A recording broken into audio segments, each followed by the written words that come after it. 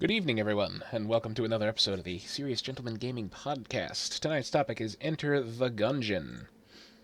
I'm your host, Mike, and joining me is John. Hello. We might possibly have a Dom interjecting himself later. His modem is being a butt. But anyway, Enter the Gungeon, one of the latest indie offerings on Steam. This game is fantastic. It's wonderful. I have nothing bad to say about it. Yeah. Yet. And it's funny. It came at a time because another huge game, Hyper Light Drifter, just came out, which I'm sure you guys heard me talk about on every podcast besides this, which is another big indie game that was, oh my god, it's here finally. But then Enter the Gungeon showed up and everyone was like, holy shit, really? Like, where the hell did this come from? Yeah, Hyper Light Drifter was building up hype for a long time. Huh. I said it. But Gungeon just was like, oh shit, this is out. Okay, wait, hold on. This is good. This game, it snuck up on me. And it's weird because it kind of smushed together the best parts of Nuclear Throne, like the gunplay from Nuclear Throne with the dungeons and items from Binding of Isaac, and just was made this beautiful, beautiful game. Yeah, instantly looking at it, you get kind of a Zelda-esque feel to it, based on the levels. The dungeons are done in that style, except they are randomly generated. Seems to be truly random. I mean, the only thing that stays the same is the tile set. Yes. Yeah. And, from there, it's just crazy. Like John said, Nuclear Throne. It was marketed as, where is it? I have it. Bullet Hell Roguelike Dungeon Crawler. Which basically describes it, yeah. That's it in a nutshell. Like any roguelike, when you die, your progress is reset. Somewhat. There are things you find in the Gungeon, like some NPCs that will sell shit to you. I know there's one that'll let you start at certain levels down into the Gungeon after you start, after you unlock them. And a whole bunch of other stuff. Yeah, actually the one I found was an NPC who will give you unlocks that you can get, unlock new weapons that you can find in the dungeon, new passes and stuff like that. So she's pretty cool too. Mm-hmm. The shopkeeper lady, where you spend your galactic credits or whatever. Yeah, those H things. Yeah, those H things that drop from bosses. Yep. Yeah, I think she's the first one you find. I haven't found any others yet. I found the floor warp guy, but I haven't been able to use him yet because I'm not very good at the game. Yeah, I'm pretty terrible. The furthest I've gotten is level 3 once. I've never gotten past 2. The bosses on level 2 are no joke. Anyway, most things are random. You have 4 playable characters. They each start with the same loadout. The guns you find are random. There's a list of over 200 weapons to find. The items you find are random. There's hundreds of items to find. And the layouts are random. And the boss at the end of the level is from a small pool, but still random. Mm-hmm. There are 3 of them for the first level, and they're all amazing. Yeah. Yeah. But I wrote this description in all capital letters earlier. This game has a shit fuck ton of guns in it. Some of them are shotguns. One of them is a jet engine. One of them is a fucking banana. One of them is the letter R, as in from the alphabet. The letter bullet. R. It shoots the word bullet. Literally, 6 letters, it can count as 6 separate shots, and it says bullet, bullet, bullet every time you shoot it. The one I'm talking about that's a jet engine is super powerful, sets enemies on fire, super short range, but it jets you around backwards around the room at super speed. Some of the fun ones I found the Hex Rifle, which can has a random chance to transmogrify enemies into chickens and shit. That's a fun gun. There was one that was a barrel that shot fish. So, you shot fish out of the barrel. That was interesting. There was a workshop gun where it was a normal gun until you got to the last bullet in the clip, and then it was a hammer. So it shot a hammer. That one I actually have found. That's a good one. And there's another good one. Oh, the Oh, I don't want to get the name wrong. I think it was like the unfinished gun. I got that one too. Yeah, it's like a gun that's like still like slagged together, kind of. It has no texture. It's like an untextured gun, just like a Yeah, big blob of slag. yeah, Shoots that was piercing really bullets. funny. That's nice. Yeah, but I mean, there's a gun that uses your money for ammo. Yes, that's dickish. Yeah, There's a gun called the Fight Saber that I found today. Shoots laser blasts, but when you reload, you swing it. While you're reloading, you swing the gun like a lightsaber, and any enemy projectiles that hit your swinging animation are reflected not back at where they came from, back at the guy who shot them, even if they moved from their original position. It Jedi makes style. some of the bosses trivial. Oh yeah, I It would makes the imagine boss it Bullet did. King, like the first boss, one of them, Bullet King. He's in a throne that's made out of guns. Yeah. He can shoot lots of bullets. Reloading this gun, it's just like, oh look, they're all converging back on him. Oh yeah. It's nice. I gotta get that. Gotta get that gun. I really do. So there's a lot of stuff the game offers. A lot of nods to like popular games and pop culture. Like there's definite Legend of Zelda nods. I mean, hell, look, the map looks like it's pulled straight out of an old Zelda game. Yeah. Yeah. There was a I mean, shrine that I found surrounded by water, and I'm thinking, oh, I'm supposed to drop an item in. But at the time, I didn't know that you could drop items. yeah. F. I now know As it that. turns out. I have yet to Yeah. find that shrine again. Son of a bitch. Yeah. Yep. You can throw guns at people. You could When throw they run guns out, at people. you can throw guns at them. Now, I had this set up for the $3, and I'm so sad that that we're not here with 3 people. I had this guy to pop up. He is one of the first level bosses, Gatling Go. Oh my god, when I first saw him, I was like, oh my god, why? You go into the room. There's a nest surrounded by flowers with a Gatling gun in the middle of it. Suddenly, this guy drops out of the sky in feathers, picks up the Gatling gun, flexes, and his feathers explode off of him, revealing the visage you see in front of you. Gatling Go. It's a beautiful creature. He is an adorable creature. That's Yeah, all I on mean, this game. that's just one of the bosses you could fight on the first floor. But I did like, I mean, did you do the tutorial when you started? Yes. Because honestly, this was like a really nice tutorial. It was quick, it was funny, and it gave you a great indication of what the game's going to be like. I felt like It gave you everything you were going to need to know, and it was less than, like, I don't know, it was 3-4 minutes of playtime. Yeah. Did you find the secret in there? I didn't know there was a secret. Yeah, you got to replay it. Okay, I'll find You the can secret. you can find a hidden shield and helmet that will unlock in the Gungeon for real if you find them, and also extra story bits. So okay. yeah. So speaking of story, it's minimal. Most roguelikes have a minimal story. Something overarching there. The point is, the main characters are entering the Gungeon, this legendary vault of lots of guns and various enemies called the cult. Was the cult of the bullet or the cult of the gun or something? Something like that. Most of them are actual bullets. They are bullet people. Yeah, they're cute. They're adorable, and I love shooting them. But the overarching story is you're entering the Gungeon to find the legendary gun that can destroy the past. Yes. All the characters have some reason to erase their past. I mean, the most obvious is the convict. I guess. I mean, she's an escaped felon. Yeah, she wants to erase the crime. Right. She wants to erase the crime. There's the pilot, the convict, the hunter, and the marine. You could probably guess what they all want to erase somewhat, I guess. Yeah, it's supposed to be a mystery until the end. Like, you don't really find out until you beat the last boss, I guess. So, I don't know. I mean, it's. I haven't gotten that far, so I don't. Me neither. From what I understand, the game offers, like a lot of roguelike games do this, the game offers a nice, linear difficulty increase until you hit level 4 and said line turns into a steep cliff.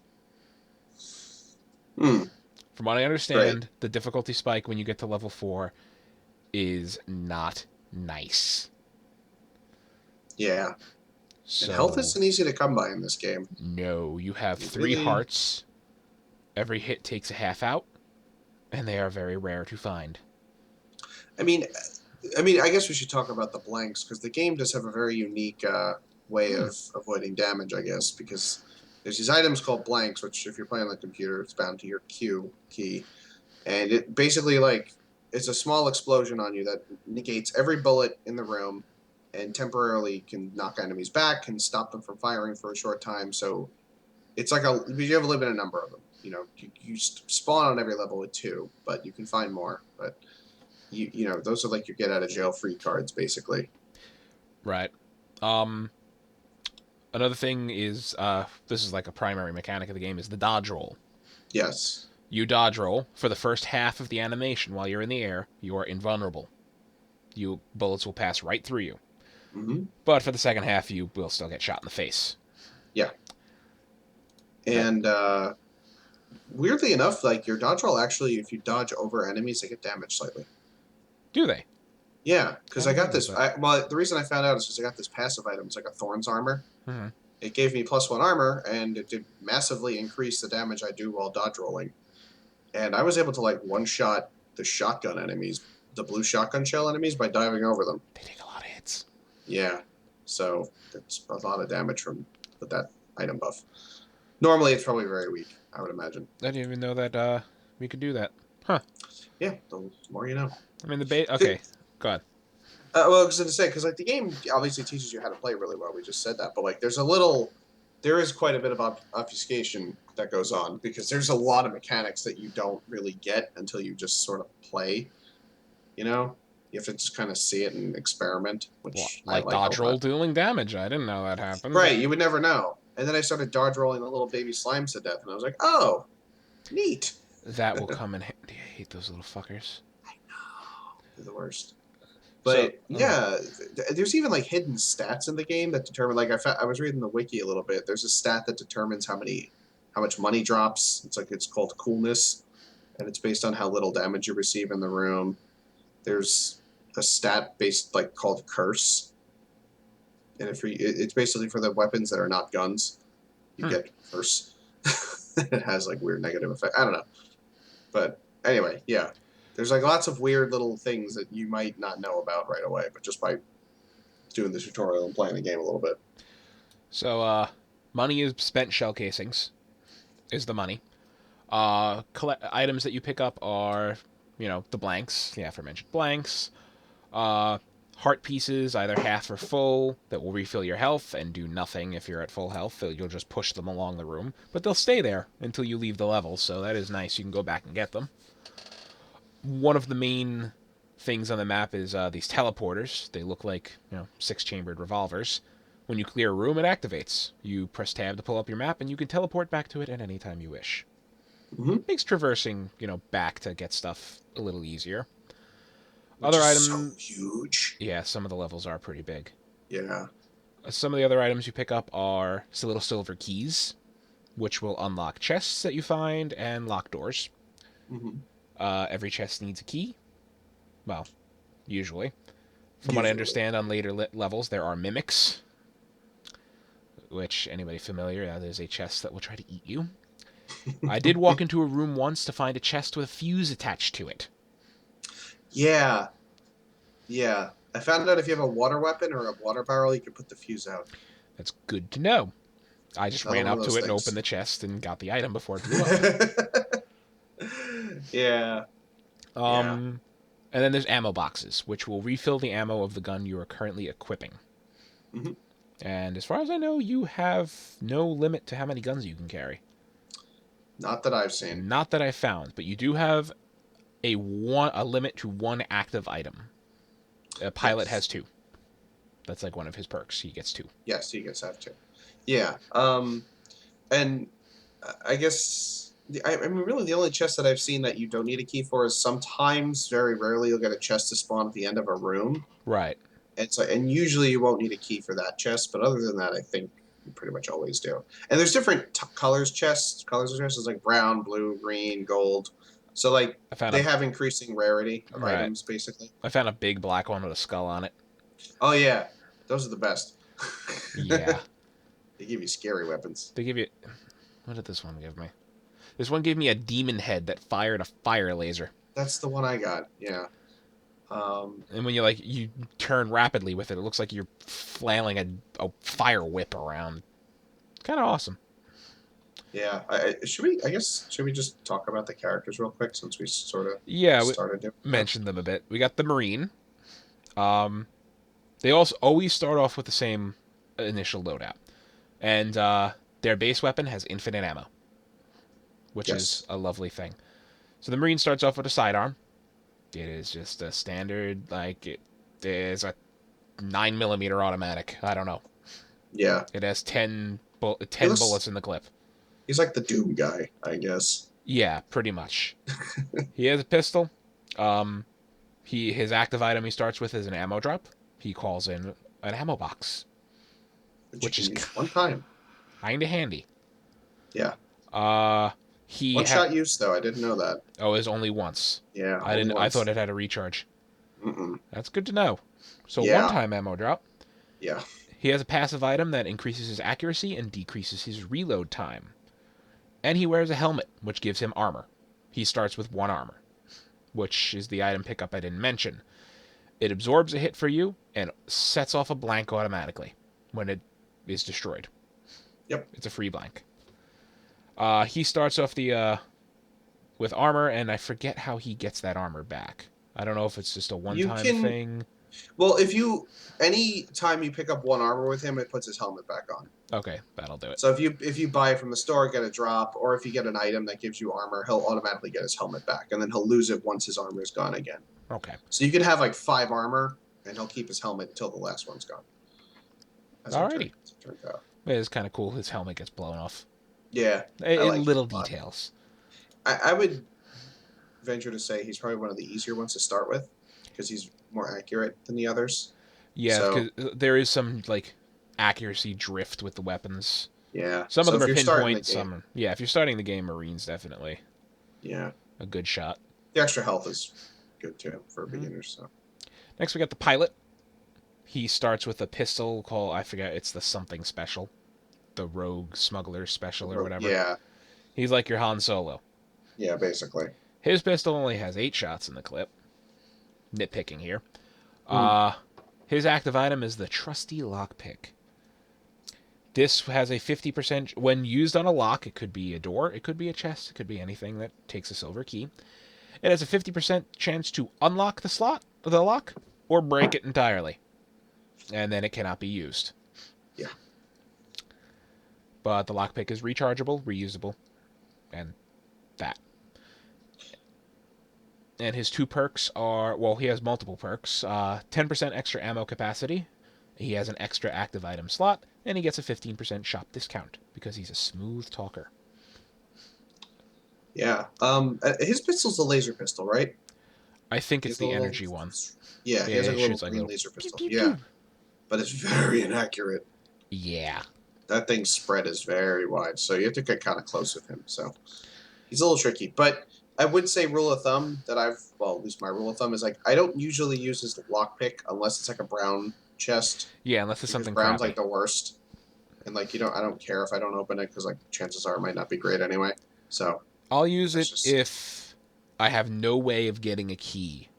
Like if the level is exhausted, the boss is dead, I'm going to move on to the next level and there's a chest unopened. And I have no way of getting a new key. Yeah, you got a 50-50 chance of getting something. I mean, they did just in the last 1.04 patch that came out today, they did increase the drop rate of keys, so hopefully that's less of a problem now. That'll be very nice. Yeah. Because there were not enough keys to go around. No. Especially when you need a key to get into a room. Inside that room is a cell with a regular, that takes a regular silver key, and inside that cell is a chest that also needs a key. Right. It got a little ridiculous. Yeah. The shop didn't always sell them. The shop didn't always sell keys, and when it did, they're expensive. Yeah, they needed to do it, which I'm glad they did. Right. Next character is the Convict, the one I think I've played the most of. She starts with the Budget Revolver. Just a 6-shot revolver. Nothing special. A sawed-off shotgun, which is kind of special. Rad. A Molotov cocktail is the active item, which does exactly what you think it would do. It sets the ground on fire. And her passive item is an enraging photo. It's a picture of a guy who looks somewhat like the shopkeeper. After taking damage, you will deal more damage for a short amount of time. And the flavor text is, don't believe his lies. It's very clearly delineated by the red rage face above her, and she turns red for a brief period, so you know when you got it. You know when you got it. And the fourth character is the Hunter. Starts with... the Hunter is probably my second most played. She starts off with the Rusty Sidearm, which is the same exact thing as the Budget Revolver, I think. I'm pretty sure there's no differences, or no appreciable difference. Not really. Just looks different. And her other weapon is the Crossbow. One shot in the chamber does a fuck ton of damage. I found a trick with the crossbow. If you're playing... it's probably easier on a keyboard and mouse, but... because the way the game works is you can press R to reload, or you can click again while the chamber's empty to reload. So if you're using the crossbow, or any gun that has a single shot in the chamber, if you double-click or double-tap the shoot button, you'll reload much quicker and fire the next shot. So, like, if you're using the crossbow, always double-click. I noticed that. I just spam clicking with the crossbow, and it seems to fire faster. Yeah. I thought it was my imagination. No, it's absolutely right. All right. And her passive is a pet dog. He doesn't fight. She's not that kind of hunter. It's a corgi. It's a cute little corgi. The corgi will occasionally dig up items when you complete a room, and I haven't experienced this yet, but he will bark when the chest you're near is a mimic. That I didn't know. I read that on the wiki today when I was preparing for this. I didn't know that either. That is really handy. That's good to know. I like that little dog. But that's all she gets. No active item, no other neat passives, but I mean, she's got a crossbow. That really hurts. It'll one-shot the weak enemies. And you have 100 shots with it to start, which isn't bad. You know? I mean, generally, the weak little bullet guys with pistols take 3 or 4 hits to kill. Crossbow one-shots them. So, it's good to have. Yeah.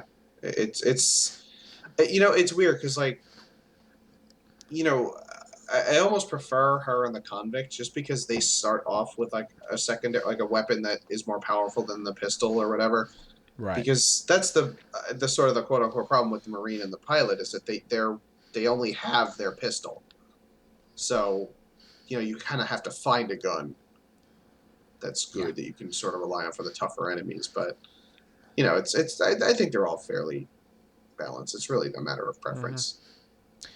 There are some absurd guns. I mean, we already mentioned the letter R. There was a banana. You charge up the banana. You throw it.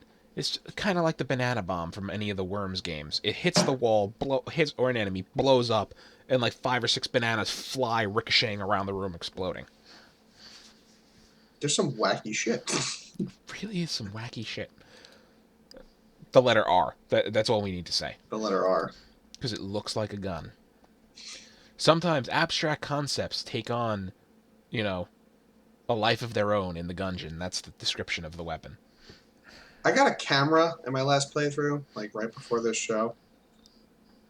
It was like a charge-up weapon. It had 4 shots in the chamber. I think it had 60 ammo total. And you had to charge it and take a picture. And the description was like, it's shaped like a gun enough that you can use it in here. And it looked like it damaged all the enemies in the room at once. And then, like, it slowed their projectiles, I think. It was weird. It was very weird. So, all right, then. I don't know. And then there's a 5th Gungeoneer to mention, the Cultist, who is available in co-op only as player 2. The Cultist starts with a dart gun. Here's the description. It is the gun that fires darts. It's basically the same as, like, the revolver and stuff. It's a 6-shot Nerf gun. It's a Nerf gun. But I did notice it was probably about as accurate as it seemed a little bit more accurate than the revolvers. Okay. And the rusty sardom. I had a pretty easy time aiming with it, so I don't know if that's just me or it just seemed very accurate. And the bonus, the darts stick to the walls. That's a bonus. All right then. The next thing is he has the friendship cookie, which will resurrect your ally, and this passive is number 2. It boosts his stats when number 1 is dead. Now, so Chrissy and I played together a little bit of co-op, where she was playing as the main person and I was playing as a cultist. So, the space item, the use item, the friendship cookie, you only have one shot with.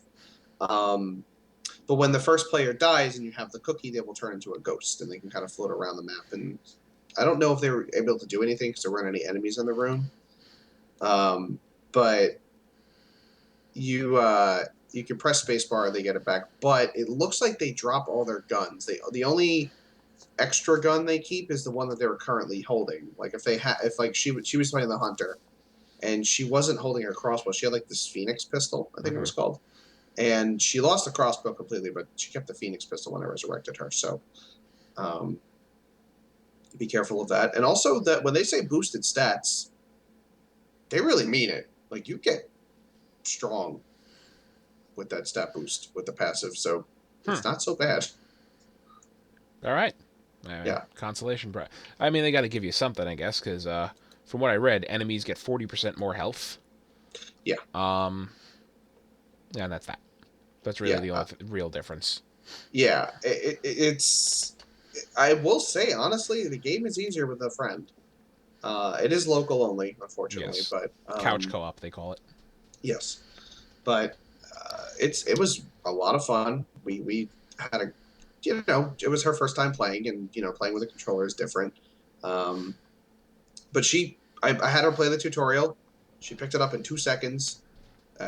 She was the one who found the secret in the tutorial, so thank you, Chrissy. And we just jumped right in and had a great time. So yeah, co-op is really good in this game, and I was hoping one day they'll maybe make it online. But there's if you have I think there's an NVIDIA program that lets you kind of do local co-op over the internet. I don't know if it's compatible with this game yet. I don't even know what the program's called, but I know it comes with your NVIDIA card if you have one. It's part of their software package. But if you really want to do it, you can do it. All right. But it's worth it. It's worth giving it a shot because the cultist is really funny. The NPCs are very, let's just say, disrespectful to you. Like I walked up to the shopkeeper and was like, I want to buy things. He goes, you're not important. Go away. I was like, okay. Shopkeeper's a dick. Yeah. If you don't make the mistake of firing any weapons in his shop. No. He will give you a warning. He will give you a louder warning. He will pull out a gun and yell at you. And then the next time, he will start shooting that gun, which fires it's a shotgun that fires at the rate of a machine gun, except it fires bullets in 360 degrees circle. Just every shot, and it's just like waves of bullets. Mm-hmm. And then when you go back, the shop is closed down and all the items are gone. Yeah, and that's for the rest of that playthrough, actually. Yeah. He is just gone from that. Well, not the game, but like that round, basically. That level, yeah. Yeah. No, every subsequent level, he is gone. Oh, wow, you pissed him off. Yeah, you piss him right off. But so he'll sell items, like power-up items. He'll sell guns, the collectible stuff you need, health. It's all random what he sells. And sometimes there's a chest in the top of the room that will eat 2 of your guns and spit out another item. Mm-hmm. Actually, another gun. Yeah. Usually better. There's also a little dude. I've seen him spawn a couple times. There's like a little bit like a sewer grate. Yeah. What is corner. that? What's the deal with that? So you didn't know how to do it, but if you throw him a gun by pressing the F key, you drop a gun for him, and he'll give you stuff in return. He usually, it seems like he gives you money. Mm-hmm. So I dropped him a gun, and he gave me like 50 shells. Ooh. So if you have a gun you really don't want to use, and you want to buy something in the shop, it's pretty good trade. It seems it might depend on the rarity of the gun. I don't really know. I didn't get to play around with it too much, but he'll give you money for your guns. All right, I gotta remember that when I find him. And then just in my last run, I don't know if you've ever gotten this, but there was like a second shop. There was like this green dude sitting in the back of a pickup truck off to the side in another room of the shop, and he had completely different items to show. He had like a ammo box, a machine pistol, and like an ammo drum passive. I couldn't afford any of it, but yeah, he was there too. So there's a lot going on in that shop. I found a game show guy who you pay him 30 shells and you get 4 shots and you have to destroy 4 of his floating heads. The bullets ricochet around like an arena, kind of like Arkanoid, the old arcade game where you could destroy the blocks and stuff. They ricochet around, and one of the heads is in the center of 4 like squares that are moving around, blocking your path, and you get better rewards based on how many heads you destroyed. I destroyed 3 out of 4, and he gave me, I forgot, he gave me something good. I remembered. I was like, wow, that was worth it. I wonder what I would have gotten with 4 out of 4. Who knows? But there's a lot to find in this game, and I think I've had like maybe 8 or 9 hours in the game. Let's see, how many hours have I sunk into this game? Oh, only 5 so far.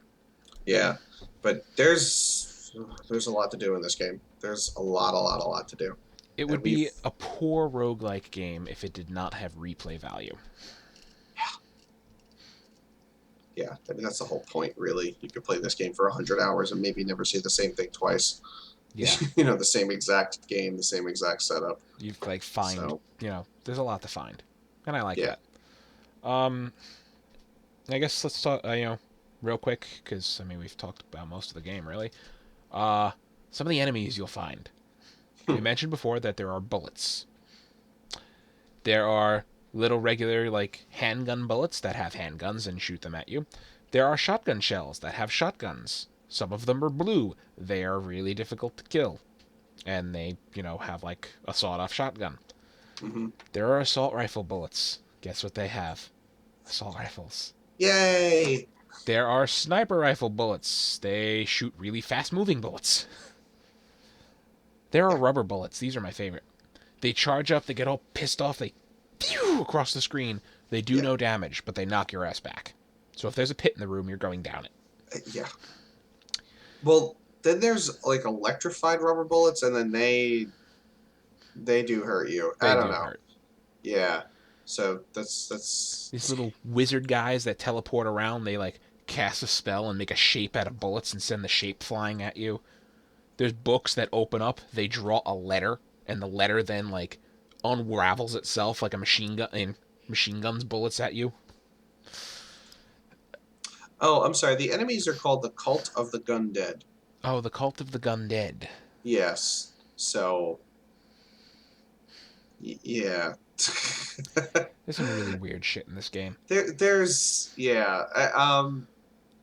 I think the weirdest one I've seen, and like the scariest, is this one that's like, it's called the Lead Maiden. Apparently, it's like an iron. It's like a big iron maiden with like a face.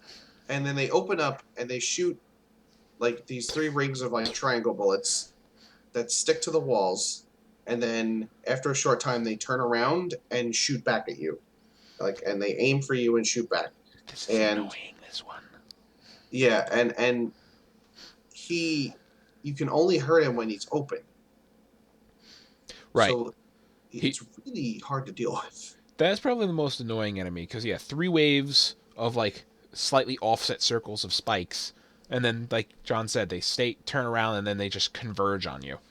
Yeah. So you gotta hope you're not... And they converge on you at a slightly different rate. Yes. So you gotta... Come at once. Yeah, you gotta hope you're not in a corner, and that you can dodge really well. And it's not so bad on his own, but, like, if there's other enemies in the room, it's not okay. Especially the big knights that send the huge freaking shockwave. Oh, God, and a staggered in the middle shockwave, so if you dodge roll through it, you're still going to get hit by it. Yeah, what's, I'm going to look for his name. I don't know. They are the Gun Nuts. The Gun Nuts. Yeah. There's by the way, if you guys are interested in this game, there's a great wiki that you can look up. But there will be spoilers, so if you don't want to get spoiled, don't look too far. There's that. And I guess the last thing I really want to mention about the game is the art style. It's very retro, which is what a lot of indie games, tend to go with. Kind of like, I guess you could say 16-bit. Yeah, I guess, right? Yeah, I guess, something like that. Kick-ass soundtrack, kick-ass art style, just the fine little details. Like, they put attention to detail in just a lot of tiny little places. Mm-hmm. And I appreciate that. I mean, the knight who gives you the tutorial, he's the ghost. It's like he's the ghost from Raiders of the Lost Ark. No, not Raiders of the Lost Ark. Shit, what was it? Last Crusade. Sorry. Oh, yeah, that's right. Yeah. I got my Indiana Jones movies confused. Shoot me now. But we're going to the Gungeon. Yeah, the Gungeon. I really have to get to the end level. Apparently the last boss is a dragon. Oh. I think. I could be wrong. Aware of this. I could be wrong. I have no idea. I do know that there are secret bosses as well. There are, yes. I don't know much about them. I would never claim to. But I imagine they're difficult. Yes, I would venture to say that that's correct. And I've only I faced 2 of the level 2 bosses. The he's the beholder. Oh, the beholder, the beholster. The beholster, that's him. Yes. There's a big eye with multiple arms, and each arm is carrying a gun. Yeah. He's a pain in the ass. He's the one I've killed. The other one is the Amoconda. I never fought that one yet. Reminds me of the snake boss from A Link to the Past. The one in the Red Pendant Tower. Is that Moldorm? I forget. Like the snake that's like and rotates around that you gotta hit in the tail or whatever. Yeah. I don't know why it reminded me of that. It's really not the same fight. It's a big long Amoconda with a bunch of segments. It'll generate, a new segment will generate and start shooting at you, and the snake will go pick it up and make himself longer. And it fires bullets that behave like the game Snake. Like the old cell phone game Snake. Damn it. Oh, good. Good. Him I haven't beaten yet. But I am. I fought the Beholder, then I fought another one called the Gorgon. Haven't found her yet. She's obviously a snake lady. It looked like she had like this petrification wave that she could shoot at you, so like you can't shoot while you're petrified, but you can still move. That's good. And then she like can poison the ground, and she didn't shoot so much, but she definitely like controlled your movement a lot, and that was really hard, and she kicked the shit out of me. But I also went into the fight with like 2 health left, so that'll do it. Yeah. So glowing review for me for this game. Absolutely. It could not be better. Well, that's not true. There was one feature that, because I was spoiled by The Binding of Isaac, I really wish was in this game, and the ability to save and quit. Because if you have to stop playing, you lose your run, unless you leave the game running. Ooh. And that is the one blemish I'll give it. I think they could add that in later if the fans are asking for it, and they really are. I go on the subreddit for this game, they're like, hey, so saving? But I get why there's reservations, because you could exploit that. You can like manipulate your save file and like restart and retry the same boss a million times. I know, I get it, but for convenience's sake, this game isn't quick necessarily. If you get far, you could be playing for over an hour, and if like you have to go, and you don't want to leave your computer on, it's a bit of a damper. But other than that, I think I don't have any problems with it. It's just balls hard. Yeah, that's about it. Yeah. Not really much more to mention. It is, fairly straightforward. Most indie games are.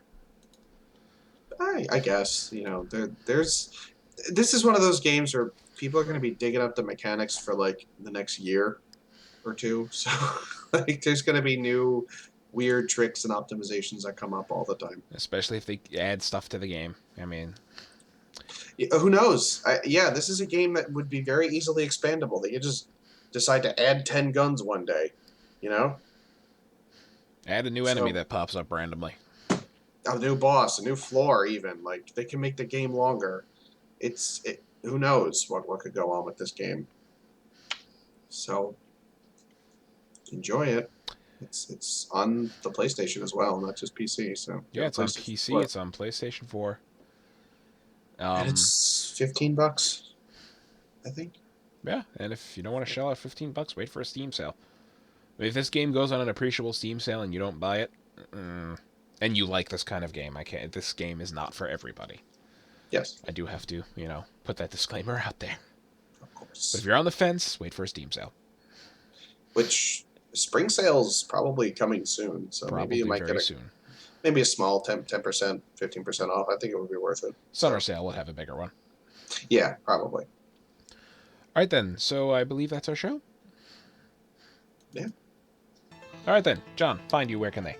They can find me probably playing Enter the Gungeon at No More on Twitter. You can find me doing pretty much the same thing at Thilladrin on Twitter. You can find all of us on Twitter at Serious Gents. I believe it's at Serious Gents, actually. Yep. You could find us on Twitch at Serious Gents and on YouTube at ASOTV Podcast, where the VODs for this are being uploaded. And for the time being, we're hosting the live stream there and just trying it out to see how it works compared to Twitch. But also on ASOTV Podcast, you can find podcasts for a boatload of TV shows. They just did Gotham tonight. That is a good show. Go watch it. Yeah. And you can find us doing the SGG podcast every Tuesday night at 9:30 p.m. Eastern. Thank you all for watching. Bye. Bye.